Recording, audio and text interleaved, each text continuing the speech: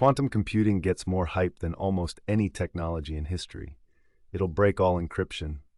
It'll solve problems that would take classical computers longer than the age of the universe. It'll change everything. And then you look at the actual machines, and they're extremely expensive, extremely fragile systems that operate at temperatures colder than outer space, make errors constantly, and currently can't do anything reliably useful that a regular laptop couldn't do. So what's the truth? Is quantum computing real? Is the hype justified? And if so, when does it actually matter? Let me give you the most honest, clear-headed explanation of quantum computing you'll find. No physics PhD required. To understand quantum computing, you first need to understand what classical computing is, because quantum computing is defined by contrast. Classical computers, every laptop, smartphone, server, and calculator ever built, process information in bits. A bit is a binary value, 0 or 1, off or on. Every piece of data, every instruction, everything your computer does ultimately comes down to sequences of zeros and ones. When a classical computer solves a problem, it processes these bits sequentially, or in parallel across multiple processors, following logical operations. Addition, comparison, storage, retrieval, all built from this foundation. Classical computers are extraordinary.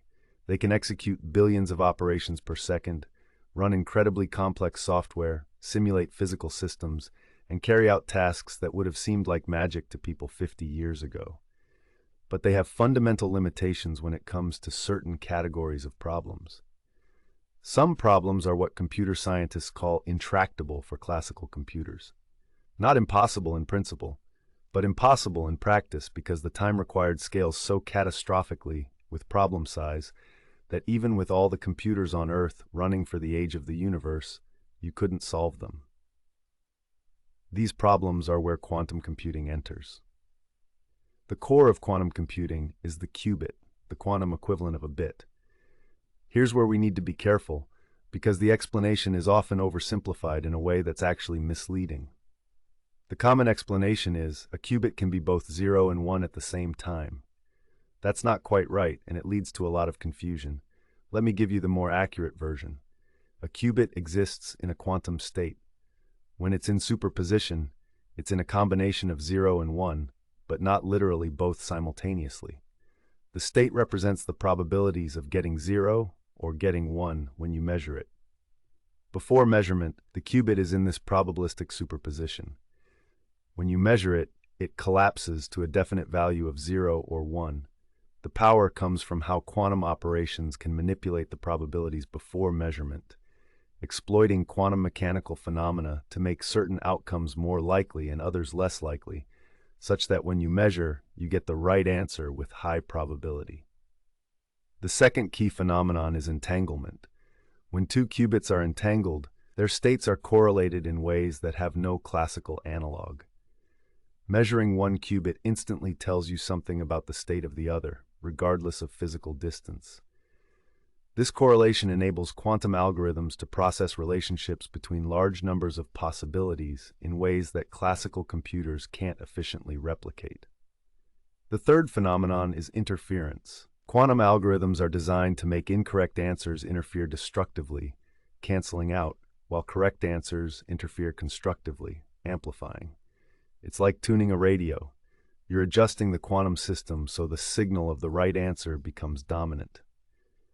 This is the section that most explainers skip, and it's the most important. Quantum computers are not universal replacements for classical computers. They are not faster at everything.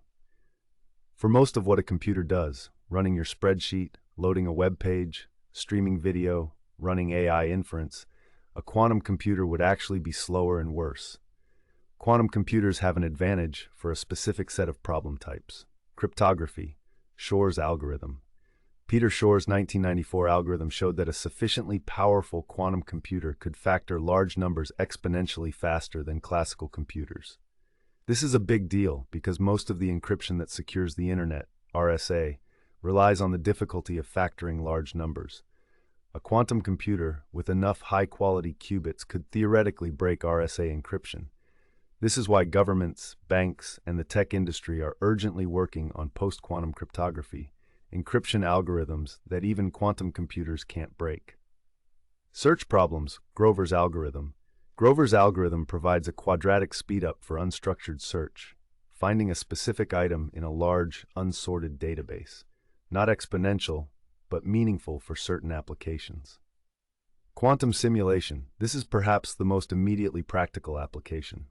Quantum systems are notoriously hard to simulate on classical computers because they're inherently quantum mechanical. The computational complexity explodes with system size. A quantum computer can simulate quantum systems directly. This means simulating molecules and chemical reactions with a fidelity impossible for classical computers, with profound implications for drug discovery, materials science, and chemistry. Optimization problems. Many industrial and logistical optimization problems, routing, scheduling, supply chains, financial portfolio optimization, have the structure that quantum algorithms might eventually be able to tackle more efficiently. This is an active research area with less certainty than the above applications. Let me be very honest about the current state, because the gap between the hype and reality is significant. Today's quantum computers are what researchers call NISQ machines, noisy intermediate-scale quantum computers. They have anywhere from a few dozen to a few hundred qubits, but those qubits are highly error-prone. Quantum states are extraordinarily fragile. Any vibration, temperature fluctuation, electromagnetic interference, or stray interaction can cause errors. This decoherence is the fundamental engineering challenge. IBM, Google, IonQ, D-Wave, Quantinuum, these are the leading quantum hardware companies, each taking somewhat different architectural approaches. Google made headlines in 2019 claiming quantum supremacy, demonstrating that their 53-qubit Sycamore processor could perform a specific calculation in 200 seconds that would take the best classical supercomputer 10,000 years. This claim was immediately contested by IBM, which argued classical computers could solve the problem much faster with better algorithms. In 2024, the state is, quantum computers can solve certain very specific, specially constructed problems faster than classical computers. They cannot yet reliably solve any real-world problem that a classical computer can't handle. The current machines are too error-prone, have too few quality qubits, and run for too short a time before decoherence destroys the computation. What's needed is fault-tolerant quantum computing, systems where quantum error correction allows reliable computation at scale. This requires thousands of physical qubits per logical qubit to run error correction. Getting to truly fault-tolerant machines is a challenge measured in years, not months. So when does this actually matter? The honest answer is that this is genuinely uncertain, and anyone giving you a specific confident timeline is probably overconfident. Near term, 0 to 5 years, continued progress in qubit quality and count. Some demonstrations of quantum advantage for specific scientific and optimization problems. Not yet breaking, encryption. Not yet transformative for most industries.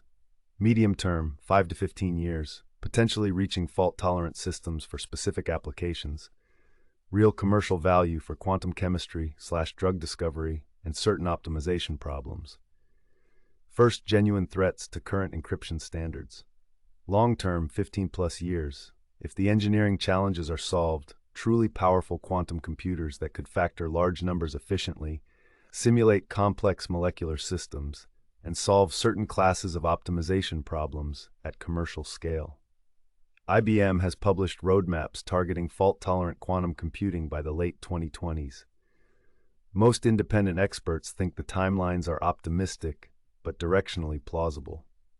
Microsoft is betting heavily on a different approach, topological qubits, which they believe could be inherently more error-resistant. Even if practical quantum computing is a decade away, there are real reasons to pay attention now.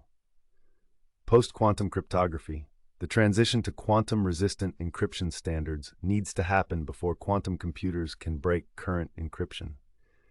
NIST, the U.S. standards body, has already standardized the first post-quantum cryptographic algorithms. If you run any kind of digital security infrastructure, this migration timeline matters to you. Investment and opportunity. Quantum computing is attracting serious capital. The companies building the tools, algorithms, software, and infrastructure for quantum computing even the ones that are building quantum classical hybrid approaches, represent real investment opportunity as the field matures. Scientific impact first. The near-term impact of quantum computing will be in science before business. Drug discovery, materials science, fundamental physics research, these will feel quantum's impact first. If you're in those fields, this is directly relevant. Understanding technological disruption. Some of the most impactful technologies had long development curves before suddenly having enormous impact. Quantum computing may be on that trajectory. Getting ahead of the learning curve now, understanding what it actually does and doesn't do, positions you to recognize the genuine inflection points when they arrive. Quantum computing is one of those technologies that is simultaneously real, important, and wildly overhyped all at once. The physics is real, the potential is genuine, the current machines are severely limited, and the timeline to transformative impact is uncertain. The most important takeaway: quantum computing isn't a replacement for classical computing. It's a specialized tool for specific problem types that are currently intractable. When it matures, those specific applications, cryptography, molecular simulation, certain optimization, could be genuinely revolutionary. Like and subscribe to keep up with the technology developments that will actually shape the next decade. I try to give you the real story, not the hype. See you next week.